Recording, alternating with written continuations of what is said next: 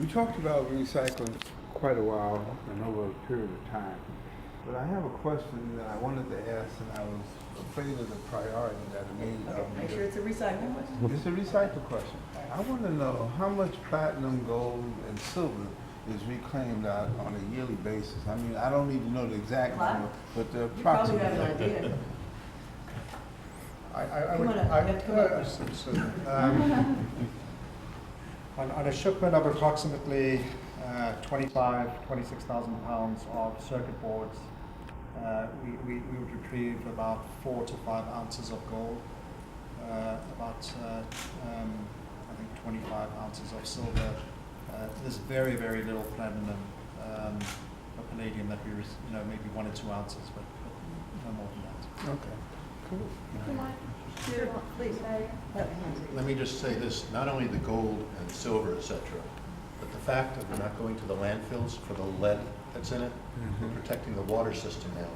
And in California, as an example, it's an absolute ban to put any electronics in it because it gets into the water table. So more importantly than what we're actually taking out from the gold and silver is what we're doing to protect the public from the water system. Okay, so how do you handle the CRTs that you may get?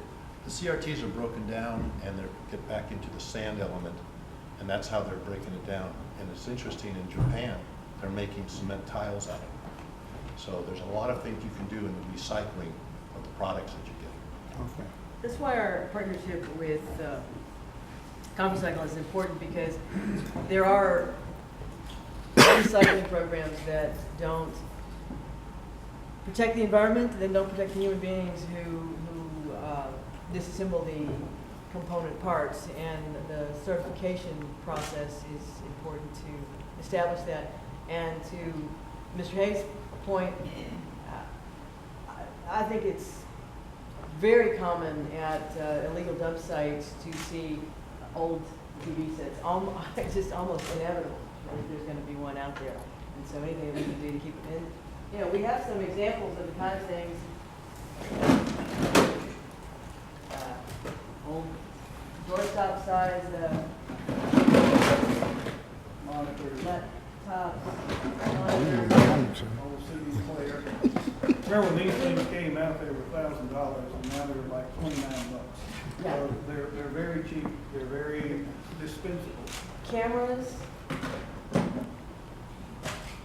Oh, really beautiful cell phone here. And mice. Nice. Don't forget mice. You know, the kind that make you sleep. What about a camera? Other questions? I was just going to ask, you kind of just said it, it's kind of a laundry list of what people are allowed to bring. Is there anything that you don't want? He can make that decision though. If you when in doubt, drop it off, right? Correct. So all consumer electronics can be dropped off. We're not going to take refrigerators and washing machines and any toxic materials. We do not accept light bulbs. It's not part of the electronics or any other toxic devices that are non-electronic related. But this is a great example. Consumer electronics, radios, clocks, hair dryers, hair straighteners, copy machines, most all electronics that you can plug into electrical outputs is what we can accept for recycling. And then the typical TV, monitors, PCs, printers, toner cartridges, inkjet cartridges. And there's a list on the website of all the items that we accept for recycling. Again, that website is dropoff.houstontx.gov, or you can go to the CompuCycle website. Yeah, I wanted to remind us that, Mayor Parker chaired the solid waste task force back in 2005 through 2006. We're still acting on that plan. And what the plan called for was for us to strategically look at everything that we touch in the solid waste stream to determine if there was beneficial use for it, and if there was, that we needed to find responsible outlets for it. And what we have found is that for a number of materials that we handle, and I'll point directly to Hurricane Ike, which grated my head considerably, we are handling material in a responsible way. We're putting materials where they need to be for beneficial reuse. And the question that I typically ask as I'm out speaking with groups is, what does nature do with the normal ecosystem? It recycles.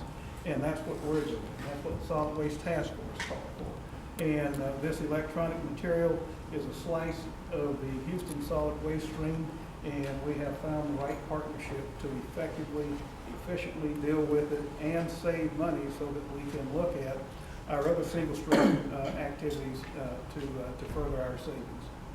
Thank you. Mayor, where's the city at on the this single recycling bin that will take all recyclable material besides the electronics? The one bin for all, well, Yeah. we just received responses to our request for proposal. We are evaluating those responses. Again, this is a pilot project, and we're trying to prove technology. So we are not slowing down in our curbside recycling rollout. And as Mr. Hayes said, we're in the progress right now with this current rollout that we've begun. Will take us to about 55% of the city. 60%. 60%. The city with single stream recycling with the big rolling carts. So we're very excited about that. Again, I encourage you, if you have any of these consumer electronics, stack them up, take them to a convenient nearby self-storage facility, allow CompuCycle to recycle them. CompuCycle, I know, works closely with businesses too that are doing wholesale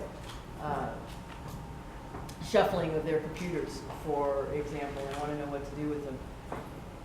As long as they stay out of our landfills, we're going to be happy, but what the preference is that they go to a certified e-waste recycler so they are safely disposed of. And thank the self-storage folks who are here with me as well.